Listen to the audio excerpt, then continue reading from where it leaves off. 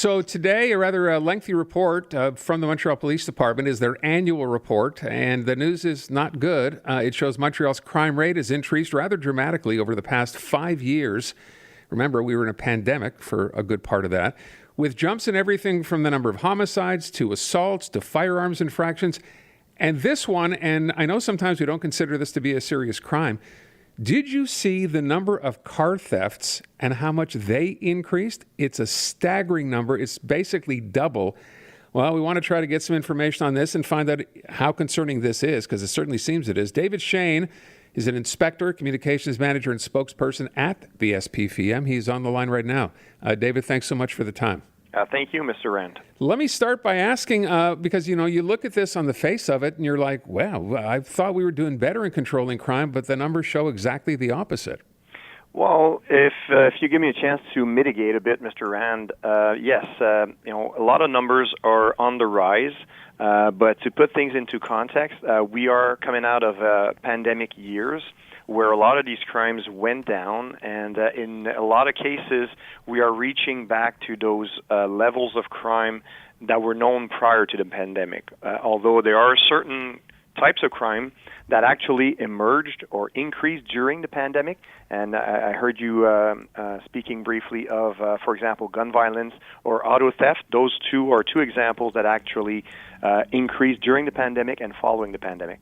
Can we talk about car theft? I mean, I feel like that's the one that people kind of are touched by the most, if you will, here in Montreal. What's going on there? And was it better during the pandemic? Well, actually, the pandemic, as you've mentioned before, had an impact on the production lines of new cars, obviously. Mm-hmm. And so when you consider the offer of vehicles, it was affected a lot. So what happened was, since the demand is still there, some people in some networks turned to auto theft, and it's getting larger and larger, and more cars are getting stolen, either for to be resold or for the parts, and a lot of them are getting shipped to international markets. So we are feeling that effect. That is what we are seeing right now. But the Montreal Police put a lot of actions forward. We created an integrated team with the Sûreté du Québec and other municipal police forces. So we are trying to tackle this problem and trying to, we're making arrests, we're making seizures. Mm-hmm. We also have our patrolmen and women almost on a weekly basis. They locate and they arrest car thieves in the midst of stealing a car or being in possession of a stolen car. So it's not fun to see those numbers. Obviously not. Almost everybody has a car, and we're all affected by it. But the Montreal Police is putting some means forward to trying to tackle this. I want to ask a question with respect to gun violence, because this is something we've talked an awful lot about. It seems that things are getting better. I thought I heard Fadi Daguerre suggest the other day that, in fact, that is getting better. But then something that really jumped out at me in this report is this idea of people not even committing crimes with guns, but actually just getting caught carrying guns. What is that about?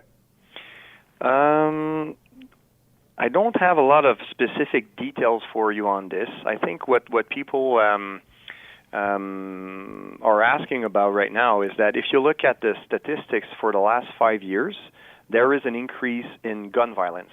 And again, this is a problem that I won't say emerged, but increased a lot during the pandemic because of a lot of phenomenon that actually crisscross and produce this. For example, firearms being more available on the market, trivialization of the possession or use of firearms, some criminals getting into fights over the social media and then trying to seek revenge.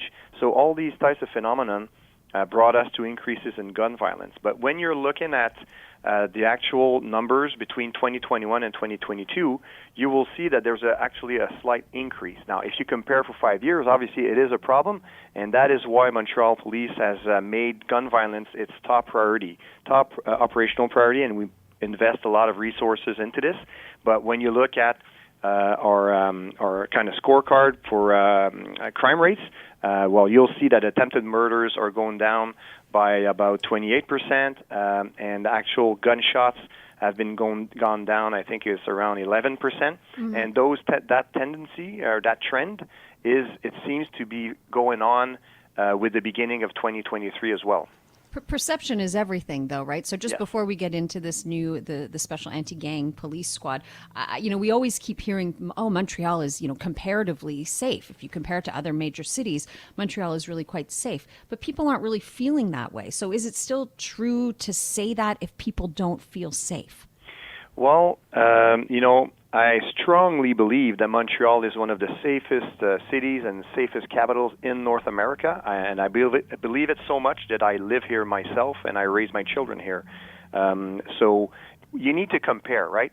So if citizens are just looking at the title of articles, not reading through, if they're not going through our annual report, then they'll see only the increases and they won't get a chance to put everything back into context. Now, there are some phenomenons that we are going through as big cities all over North America.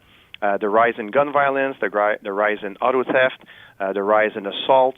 That is all. It's going up everywhere. So, but what we feel very strongly is Montreal. I mean, we're better. We make better than a lot of other cities. And it's not just a police force. It's also all the partners. It's the investment from the City of Montreal and the Ministère de la Sécurité Publique. It's the community resources. I mean, it's a shared partnership, and with gun violence is a good example. We held a forum on gun violence at the beginning of the year and made engagements, and so everybody is mobilized to tackle this problem. So this is what is keeping Montreal safe.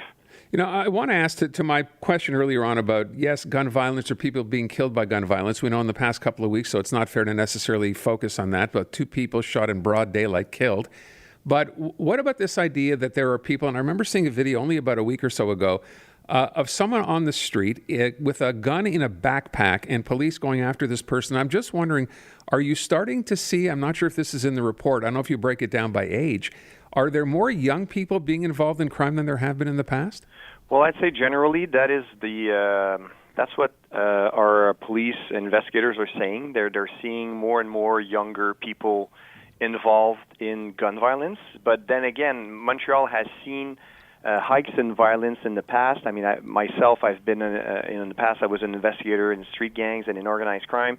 I mean, we've known some years that were very, very bloody. I mean, with motorcycle gangs and different conflicts. So, but these things seem to be there's trends going up and then going down and then coming back up. But you are right. That's we don't have statistics on this, but it seems to be common knowledge that offenders tend to be younger and younger. And do we know, I was going to ask if that's social media. I read something just the other day suggesting, if you want to say, in the old days, perhaps when you were investigating these kinds of things, there'd be a dispute, people get into a fight. Now, it's if someone insults someone on social media, the next thing you know, it's taken personally, it ends up in the street with gun violence. You're absolutely right, Mr. Rand, because in not so long ago, if you were in Gang A and you wanted to skirmish with Gang B, you needed to bump into each other somewhere, and usually that somewhere would be downtown or would be somewhere on the streets. Nowadays, if you're looking for Gang B, you just look them up on the social media, whichever application you use, and then you can send them insults, you can send them a video, you can film a rap video where you make different signs, you show your hardware. And then after that, the other gang is going to be looking to take revenge, and that's where this phenomenon is fairly new, but it's all over North America, and Montreal is unfortunately not an exception. Yeah. But fortunately, we can count on professional police officers and civilian employees who are invested and they're mobilized to keep Montreal safe, and we thank them for it. Inspector, just before we run out of time here, so this anti-gang squad is supposed to be up and running, operational, I think, by October 1st. Do you anticipate a long, worrisome summer?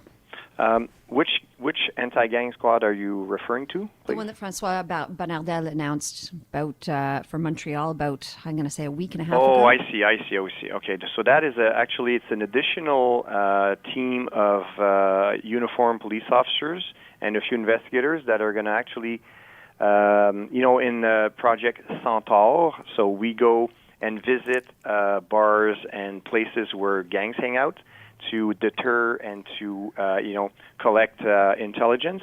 So that team is actually going to make it so that we have a team that's permanent, so we're not always looking for officers to come and join those joint operations.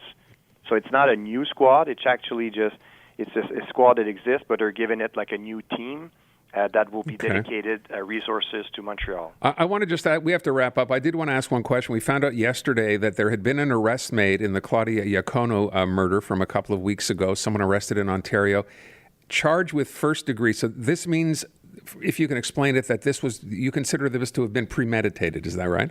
Of course, yes. So first-degree murder is when you premeditated the murder.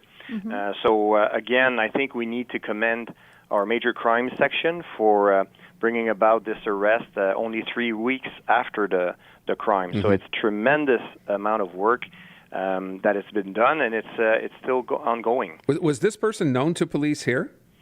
I'm not sure if the person was known here, but from going through the material from the press conference, apparently the person was known by police officers in Canada. Okay.